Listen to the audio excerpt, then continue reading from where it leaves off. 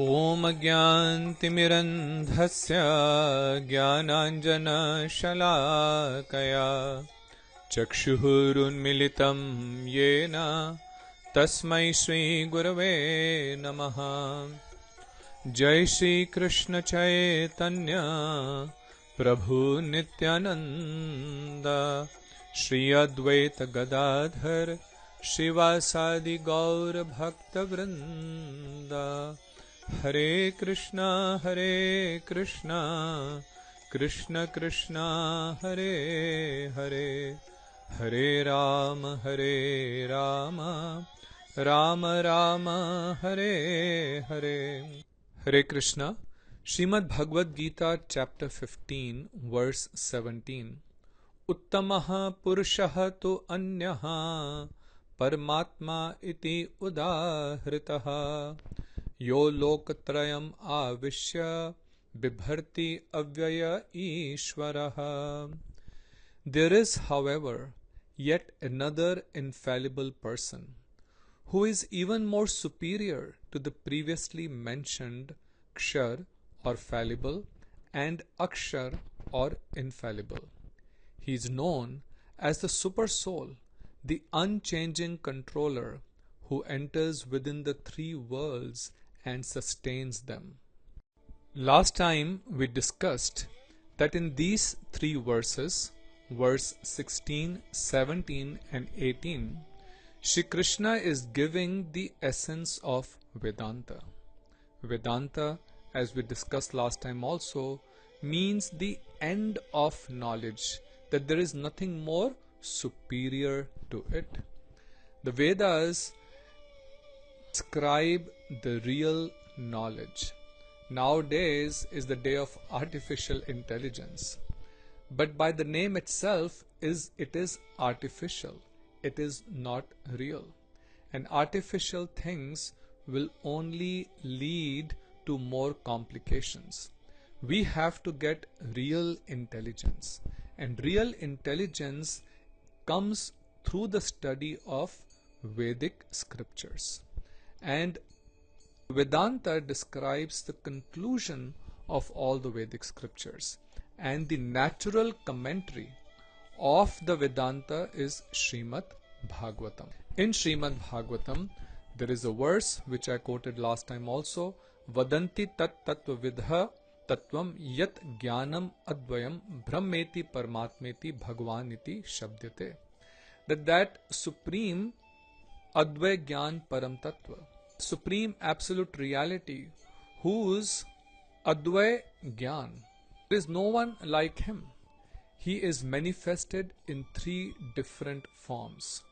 The all-pervading effulgence known as Brahm, and then the localized Paramatma or the Super Soul, and then in his original form as the Supreme Personality of Godhead, wherein he resides in his spiritual abode Golokadham. So this is the most important aspect of Vedic knowledge that has to be understood, because if we don't know what the supreme reality is, then our sadhan or the process to attain him will also not be correct. Our Gurudev always used to say that we first have to be crystal clear about our goal, and then the process to attain that goal can be properly understood. Just like when you leave your home and you are not sure where you want to go, then you will keep just roaming on the roads and will never get to your destination. So in these three verses, Krishna is explaining what is Brahm, what is Paramatma, and then who is Bhagwan. In the previous verse, he explained that the living entities are fallible, means they can come under the control of Maya, the illusory energy. But the Brahman, the all-pervading aspect of the Supreme Absolute Truth, is infallible. as it never comes under the control of Maya. And therein we also discussed that Krishna clearly establishes in that verse 16, that there are two distinct conscious entities, the soul and the Supreme Absolute. They are same in quality, but they have their distinct separate identities. The soul never merges into the Supreme, into the Brahmjyoti, as the Mayavadis believe. This point is explained again and again in Bhagavad Gita, and I've also tried to emphasize this again and again because it is so important to have clear understanding of this fundamental philosophical truth, that we are distinctly separate from the Lord. That's why we are Vibhin Ansha, His separated parts and parcels. We are same in quality as Him, but we are not Him. We will never merge into Him and become one with Him. There are two, and that was explained in the previous verse. Now in this verse, Krishna says that as far as the infallible person is concerned, that I explained in the previous verse, there is actually another one who is even more superior. So in the previous verse he had explained about the Brahman, and in this verse he explains that the one superior to that is the super soul. That super soul is the unchanging controller, and he enters within the three worlds and sustains them. So when the creation takes place, then the unlimited universes manifest from Mahavishnu. Mahavishnu is an expansion of Mahasankarshan, who is the part of the second Chaturvyuhu of expansions from the Supreme Lord Shri Krishna. So Mahavishnu, also known as Karanodakshai Vishnu, lying in the causal ocean, when he breathes out, many unlimited universes are created, just like bubbles are created in the water when one breathes out. Then in each one of these universes, he goes as Garbhodakshai Vishnu. From his navel, a lotus flower manifests, and Lord Brahma is born on that lotus flower. And then when he does the creation and all the different living entities appear, then he goes into each and every living entity's heart as Paramatma or Kshirodakshai Vishnu, which is also the super soul.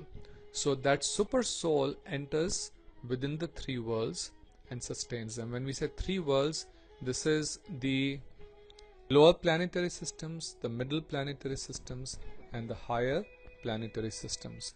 Srila Bhaktivedanta Swami Maharaj Prabhupada Ji explains in the commentary that this verse is very nicely expressed in the Kat Upanishad and Shweta Shavatar Upanishad.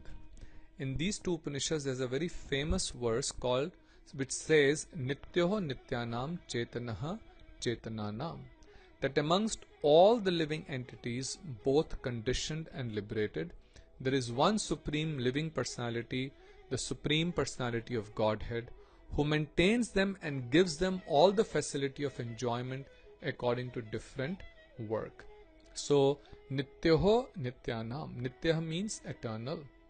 So Nityanam is plural, which means among many eternal entities, Nityaho, there is one supreme eternal living entity, and that is the Supreme Lord. And Chetanaha Chetananam, Chetan means conscious. Chetananam is again a plural word, which means the conscious entities. So among all the conscious entities, he says Chetanaha. There is one who is the supreme conscious entity, from whom everyone else derives their consciousness. And that supreme conscious entity is the Supreme Personality of Godhead. He only manifests as the super soul and the all-pervading Brahm Jyoti. So this Supreme Personality of Godhead is situated in everyone's heart as Paramatma in your heart, my heart, in the heart of the birds, the animals, even in the trees. So anything, any living entity which has a physical body and where there is a soul, along with the soul, the super soul of Paramatma is also residing. So Srila Prabhupada states that a wise man who can understand him is eligible to attain the perfect peace, not others. It's a very important point to understand.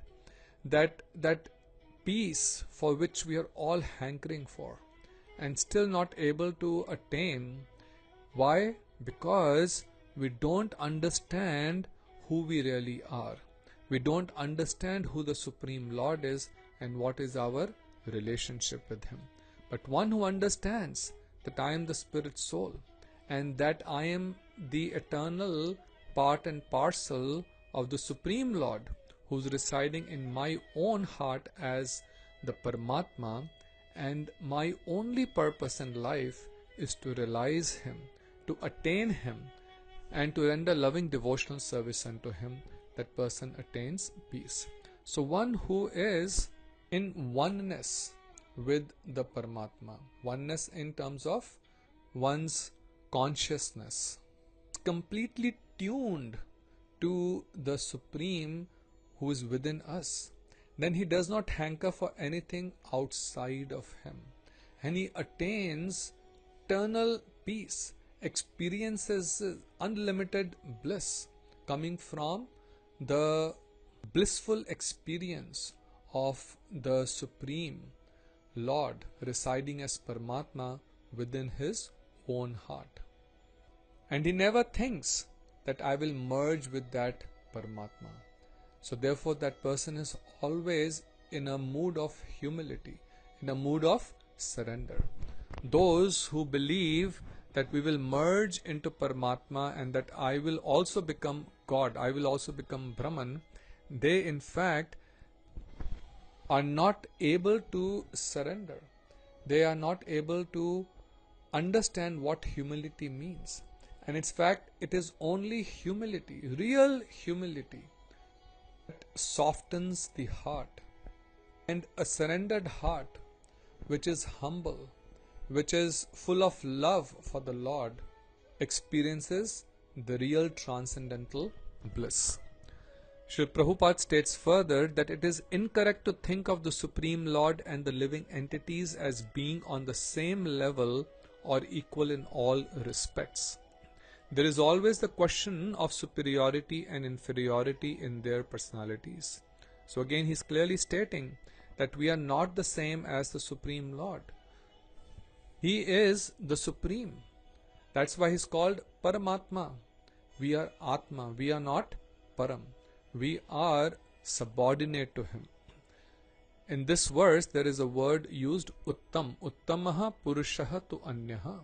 So this word Uttam is very significant. No one can surpass the Supreme Personality of Godhead. The other word used here is Loke. It is also very significant because in a Vedic literature called Paurush, it is stated, Lokyate Vedarthaha Anena. The Supreme Lord in His localized aspect as Paramatma explains the purpose of the Vedas. Srila Swami Maharaj quotes from the Vedas a verse which is like this: Tavat esha samprasado asmat charirartha samutthayah param jyoti rupam sampadya svena rupen abhinispadyate saha uttamaha purushaha. The super soul coming out of the body enters the impersonal Brahm Jyoti. Then in his form, he remains in his spiritual identity. The Supreme is called the Supreme Personality. This means that the Supreme Personality is exhibiting and diffusing his spiritual effulgence, which is the ultimate illumination. That Supreme Personality also has a localized aspect as Paramatma. And Shri Krishna is explaining about the Paramatma in this particular verse. This Paramatma is the worshipable object of the yogis. So those who are Brahmavadis, they meditate on the all-pervading aspect of the Lord, one that is formless, without any qualities, the all-pervading effulgence called Brahmajyoti. And then those who are yogis, they meditate on the super soul residing within the heart. Srila Vishwanath Chakravarti Thakur states in the commentary that the Lord is explaining in this verse about Paramatma, who is the worshipable object of the yogis. The word tu, which is used in this particular verse, so in the very first part of the this verse, where it says Purushaha tu anyaha. Tu in English means but. So what that means is that previously in the previous verse I have explained about the infallible, but there is another infallible, there is another Akshar Purush who is distinct from the previously described infallible entity, the Brahman. In the 6th chapter of Bhagavad Gita, in verse 46, Krishna had stated, Tapasvibhya adhikoho yogi jnanibhyo api mato adhikaha karmibhyascha adhiko yogi tasmat yogi bhavarjuna. The yogi who worships Paramatma is considered superior to the ascetic, superior to the worshipper of the impersonal aspect of the Supreme, and superior to the fruitive worker. So Krishna had stated that the yogis who worship the Paramatma, they are superior to those impersonalists who worship the all-pervading form of the Supreme or the Brahmajyoti. So Paramatma is superior to Brahman or the Brahmajyoti, and the worshippers of Paramatma are superior to those who meditate on the formless Brahman. So what does this mean? Srila Vishwanath Chakravarti Thakur states that from this statement it is understood that the absolute reality manifests in a superior and specific way according to the advancement and speciality of the worshipper. Very, very important point to understand. That why there are so many different manifestations. There is Brahman, there is Paramatma, and superior to that is Bhagwan. And then we also see so many different manifestations of Shri Krishna as Lord Baladev, as Narayan, as Vasudev, then as Mahavishnu, Garbhodakshaya Vishnu, and then so many different avatars, and then many different demigods. So why are there so many different manifestations? Many times people are very confused with this. So here he explains that these are manifested in a superior and specific way. So one after another, from one level to the next level, and in a very specific way according to the level of advancement of the sadhaka or the worshipper. And this is the speciality of the Vedic religion or the Sanatan Dharam. Srila Gurudev was explaining this point during a lecture in Auckland back in 2001. And he said that many times people say that in Sanatan Dharam or Hinduism, there's so many different gods and demigods, right? There are almost 33 million different demigods, and there's so many different manifestations of the Supreme Lord. Whereas in other religions, like Islam and Christianity and most other religions, there is only one God. Sometimes this point is used to denounce the Vedic religion. But this is because of misconception, because of lack of proper understanding. Srila Gurudev explained this with a very beautiful example. He said, in a school, there are many grades, starting from the pre-K to kindergarten, first grade, second grade, all the way up to the 12th grade, and then there is university. Now, is it better to have a school where there are these different grades, almost 14, 15 different grades, and then in each class also, each grade also, there are different classes, right? So especially here in the US, you have classes, different classes within the same grade also. Or is it better to have just one class where everyone goes? So starting from the 5-year-old child all the way to the 18-year-old young boy, if they all go to the same class, does that make sense? No, it does not. We have different classes because everyone is at a different level of understanding. When the child enters the school, his understanding is negligible. So there he is brought up to a certain standard. And then he goes to the next level, which is the kindergarten. Then to the next level, first grade. And like this, he keeps graduating from one class to another class. This is a much better system. This is a complete comprehensive system to bring people, to bring the children all the way up to the 12th grade. So similarly in the Vedic religion, there are all these different levels because we are not all at the same level.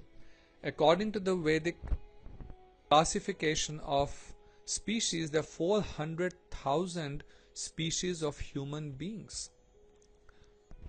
As per the modern scientists, there is only one species called Homo sapiens. Why? Because they are doing the classification based on physical features. But the Vedic system of classification is based on the level of advancement of the consciousness. So we are all at different levels of advancement of our consciousness, different levels of our spiritual understanding. So if all of us are put into the same class, we will be lost. So therefore, the Supreme Lord, out of His causeless mercy, has created these different grades. It may externally seem that different gods, different demigods, but there is only one God. Etech ansh kalaha punsa krishnastu bhagwan swayam. These are all different manifestations, different plenary portions of that one Supreme Swayam Bhagwan Shri Krishna. But he knows that not everyone will be able to understand him directly. So therefore, he has arranged for a system where we gradually go from one level to the next level to the next level to the next level. And in all these levels, the highest level is to come to the understanding that the Supreme Absolute Truth is a person. He is a Supreme Personality of Godhead who is full of attributes. He has a transcendental form. He has a beautiful form. He has unlimited transcendental qualities. He is a reservoir of transcendental mellows or rasas, and he resides with his eternal associates in his transcendental abode, Golok Dham. This is the highest understanding, and Krishna will explain who Bhagavan is in the next verse. We will discuss this next time. Till then, Hare Krishna, Radhe Radhe, have a very blessed day.